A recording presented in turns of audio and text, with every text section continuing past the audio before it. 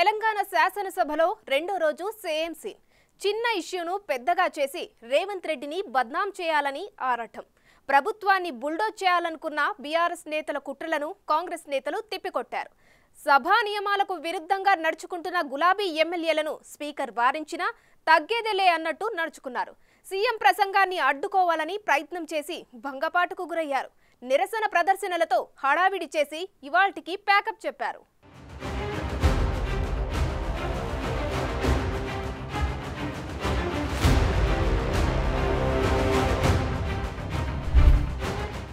తెలంగాణ శాసనసభలో అక్కా తమ్ముడి పంచాయతీ రెండో రోజు కొనసాగింది. బుధవారం సభలో జరిగిన పరిణామాలపై బీఆర్ఎస్ సభ్యులు ఆందోళనకు దిగారు. పదే పదే సభ కార్యక్రమాలను అడ్డుకోవాలని ప్రయత్నాలు చేశారు. అధికార పార్టీ నుంచి ఎవరు మాట్లాడుతున్నా అడ్డు తగిలేందుకు ఏం చెయ్యాలో అవన్నీ చేశారు. సీఎం రేవంత్ రెడ్డి క్షమాపణలు చెప్పాలని డిమాండ్ చేశారు. సీఎం రేవంత్ రెడ్డి స్కిల్వర్సిటీ బిల్పై ప్రసంగిస్తుండగా బీఆర్ఎస్ సభ్యులు నినాదాలు చేశారు. దానికి ఆయన స్ట్రాంగ్ కౌంటర్ ఇచ్చారు. ఆదివాసీ మహిళ అయిన సీతక్కను అవమానించేలా కొందరు మీమ్స్ పెడుతున్నారని ఆగ్రహించారు. బీఆర్ఎస్లోని ఇద్దరు అక్కలను సొంత అక్కలుగానే భావించానన్నారు. బీఆర్ఎస్ వాళ్లను నమ్మిన సొంత చెల్లెనే తీహార్ జైల్లో ఉందన్నారు. సొంత చెల్లి జైల్లో ఉంటే రాజకీయాలు చేస్తూ బజారులో తిరిగే వ్యక్తిని తాను కాదని సీఎం రేవంత్ రెడ్డి అన్నారు. ఇవాళ సీతక్క అక్కడ నించుంటే వెనకాల నుంచి ఒక సభ్యుడు వచ్చి ఇంకొక సభ్యుడితో మాట్లాడుతుంటే ఇవాళ టీఆర్ఎస్ నాయకులు సోషల్ మీడియాలో పెట్టిన మీమ్స్ చూస్తే మీరే ఆ వేదిక మీద నుంచి వచ్చి చెప్పు తీసుకొని కొడతారు. అధ్యక్ష వాళ్ళను చేత్తో కూడా కొట్టారు. ఒక ఆదివాసీ బిడ్డ, ఉద్యమాల నుంచి వచ్చిన బిడ్డ, పేదల కోసం కొట్లాడుతున్న సీతక్కను అవమానించే విధంగా ఇదేనా మీ నీతి, మీ జాతి? ఇందుకోసమేనా మీరు ఇవాళ ఇట్లాంటి రాజకీయాలకు పన్నుతారా? ఇవాళనే అక్కలకు చెప్పదలుచుకున్న ఈ వేదిక మీద నుంచి, అక్క ఎవరి ఉచ్చులో పడి మీరు తప్పుదో పడుతుండ్రో వాళ్ళని నమ్ముకున్న సొంత చెల్లెలు తిహార్ జైల్లో ఉన్నది. అక్క సొంత చెల్లెల్ని తిహార్ జైల్లో పెట్టి ఢిల్లీకి వెళ్ళి మమ్మల్ని లోపలేకు, మా చెల్లెలు కావాలంటే ఇంకో ఏడాది లోపల పెట్టని వేరే సారాలు చేసుకున్న నీచుల అధ్యక్ష వాళ్ళు. వాళ్ళ గురించి ఏందక్క మీరు మాట్లాడేది? ఈ అక్కల కోసం కొట్లాడింది నేను అధ్యక్ష, వాళ్ళు కాదు. కాబట్టి ఆ అక్కల పట్ల నేను మహిళల పట్ల గౌరవంగా ఉండేవాడిని, అక్కల్ని గౌరవించేవాడిని. ఈ తమ్ముని నమ్ముకున్న అక్కలు మంత్రులై ముందు వరుసలు ఉండరు అధ్యక్ష. ఈ తమ్ముని నమ్ముకున్న అక్కలు మంత్రులే ఇక్కడ ఉన్నారు. ఆ దిక్కుమాల తమ్ముని నమ్ముకున్న అక్కల పరిస్థితి ఏముందో మీకు తెలుసు కదా అధ్యక్ష. సొంత చెల్లెలు జైల్లో ఉంది అధ్యక్ష. ఆ చెల్లె గురించి మాట్లాడారు. దళితుడు స్పీకర్గా ఉంటే ఆయన్ను అధ్యక్ష అనటానికి మనసొప్పకనే కేసీఆర్ అసెంబ్లీకి రావటం లేదన్నారు CM Revanth Reddy. Ward member కూడా కాని హరీష్ రావును మంత్రి చేసింది కాంగ్రెస్ కాదా? మైకిస్తే శాపనార్థాలు, ఇవ్వకపోతే పోడియం దగ్గర నిరసనలు చేస్తున్నారని గులాబీ ఎమ్మెల్యేలపై ఓ రేంజ్ లో ఫైర్ అయ్యారు. మిమ్మల్ని సోనియా గాంధీ గారు, మల్లికార్జున్ ఖర్గే గారు, రాహుల్ గాంధీ గారు స్పీకర్ చేసి అధ్యక్ష స్థానంలో కూర్చోబెడితే మీరు అక్కడ కూర్చుంటే అక్కడ కింద కూర్చోవాల్సి వస్తుందని మీ ముందల కింద కూర్చోకూడదు అని ఇవాళ సభకు వస్తలేడు అధ్యక్ష. ఏ దళితునైతే ముఖ్యమంత్రిని చేస్తాను దళితులను మోసగించిండో, ఏ దళితుని ఉప ముఖ్యమంత్రిగా చేసి అకారణంగా బర్తరఫ్ చేసిండో, ఇవాళ వాళ్ళను అవమానించిన చంద్రశేఖరరావు మైకులో మాట్లాడాలంటే ఒక దళిత బిడ్డను లేచి అధ్యక్ష నాకు మైక్ ఇవ్వు అని అడుక్కునే పరిస్థితి కాంగ్రెస్ తీసుకొచ్చింది అధ్యక్ష. సబితకు క్షమాపణలు చెప్పాలని సీఎం ఛాంబర్ ఎదుట బైఠాయించి నిరసన చేశారు. సీఎం క్షమాపణ చెప్పే వరకు అక్కడ్నుంచి కదిలేది లేదంటూ నినాదాలు చేయటంతో బీఆర్ఎస్ ఎమ్మెల్యేలను మార్షల్స్ తో బయటకు పంపించేశారు. వారందరినీ తెలంగాణ భవన్ కు తరలించారు. ఈ సందర్భంగా సీఎం రేవంత్ రెడ్డిపై కేటీఆర్ విమర్శలు గుప్పించారు. రేవంత్ రెడ్డి చీఫ్ మినిస్టర్లా కాకుండా చీఫ్ మినిస్టర్ గా బిహేవ్ చేస్తున్నారన్నారు. మహిళలపై సీఎం అలా మాట్లాడటం కరెక్టు కాదన్నారు. Made by the chief minister, who is not acting like a chief minister but a chief minister in the state of Telangana. He made some very unruly and very unbecoming of a chief minister. In fact, those kind of comments against our women members who are senior legislators and former ministers, they had nothing to say. In fact, they did not say anything. There was no provocation. I was speaking on the appropriation. He suddenly jumps in, intervenes, and he starts calling them names, and he starts saying, if you trust them, you'll basically end up begging at a bus stand, that kind of gutter language.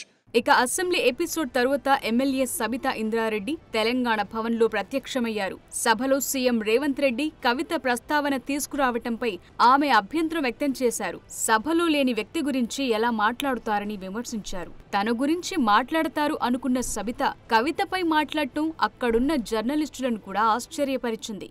సంస్కారమా? ఒక ఆడబిడ్డ ఎవరైనా కానివ్వండి, శత్రు కూతురు ఉంటే కూడా ఆడబిడ్డ ఎక్కడన్నా కష్టపడుతుంటే పక్క నుండి మనం బాధపడుతూ ఉంటాం. అయ్యో ఆయన బాధపడను కానీ ఆ పిల్ల ఏం చేసింది అని బాధపడుతుంటాం.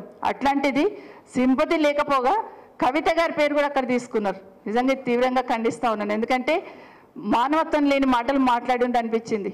ఎవరికైనా ఏ తల్లిదండ్రులకైనా బిడ్డ ఎంత బాధ అనిపిస్తుంది అనేది తెలుసు. అలాంటిది ఈరోజు అకారణంగా కవిత గారి పేరు తీసుకొని మాట్లాడడం మొదలుపెట్టాడు. ఈ ఎపిసోడ్ మొత్తం బీఆర్ఎస్ నాటకంగా అభివర్ణించారు బీజేఎల్పీ నేత మహేశ్వర్ రెడ్డి. అసెంబ్లీలో బీజేపీ నేతల స్వరం వినిపించకుండా అడ్డుకుంటున్నారని ఆరోపించారు. అక్కా తమ్ముడి ఎపిసోడ్ పేరుతో కావాలని సభ కార్యక్రమాలకు బీఆర్ఎస్ నేతలు అడ్డుపడిన కారణంగా తమకు మాట్లాడే అవకాశం లేకుండా పోయిందని మహేశ్వర్ రెడ్డి విమర్శించారు. గత 2 రోజుల నుంచి టీఆర్ఎస్ చేసిన నాటకం, టీఆర్ఎస్ పార్టీ చేసినటువంటి అరాచకం యావత్ తెలంగాణ రాష్ట్రంలో అందరూ కళ్ళారా చూశారు.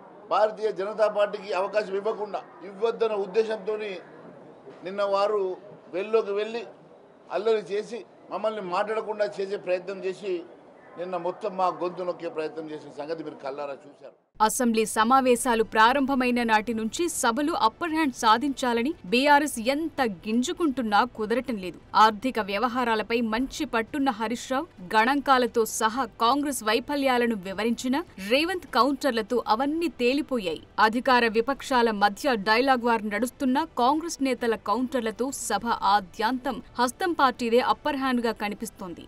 అసలే కాంగ్రెస్ ను కార్నర్ చేసేందుకు ఎక్కడ దొరుకుతారా అని వెయిట్ చేస్తున్న బీఆర్ఎస్ కు ఆ పార్టీ మహిళా ఎమ్మెల్యేలపై రేవంత్ చేసిన వ్యాఖ్యలను బీఆర్ఎస్ అస్త్రంగా మార్చుకోవాలని ఫిక్స్ అయింది. కేటీఆర్ వెనుకున్న మహిళా ఎమ్మెల్యేలను నమ్మకు, నన్ను కూడా మోసం చేశారని రేవంత్ అనటంతో అది తమనే అన్నారని సబిత శోకం పెట్టారు.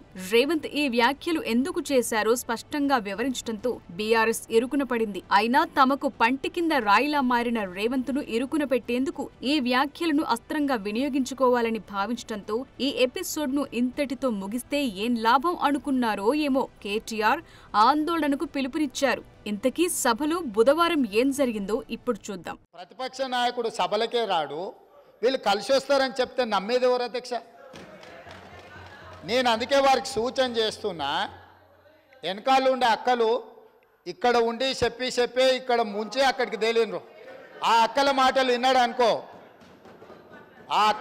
విన్నాడు అనుకో జూబ్లీ బస్టాండ్లో కూర్చోవాల్సి వస్తుంది అధ్యక్ష. నీ వెనక కూర్చున్న అక్కలను నమ్ముకోవద్దు, మోసం చేస్తున్నాను. ఏం మోసం చేసినాం అధ్యక్ష? ఏం ముంచినాం అధ్యక్ష? ఈయనను ముంచినాం అధ్యక్ష.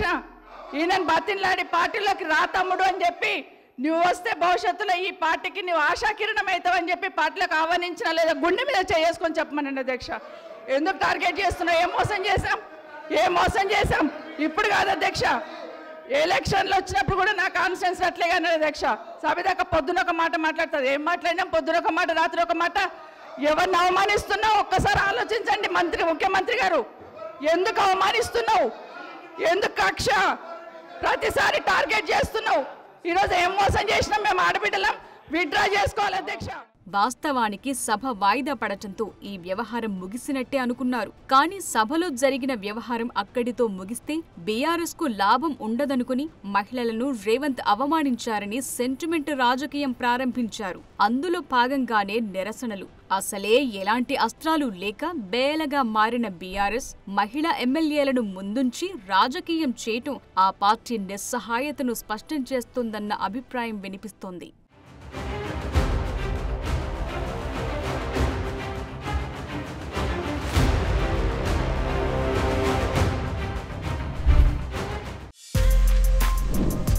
For more videos like this, subscribe Big TV channel.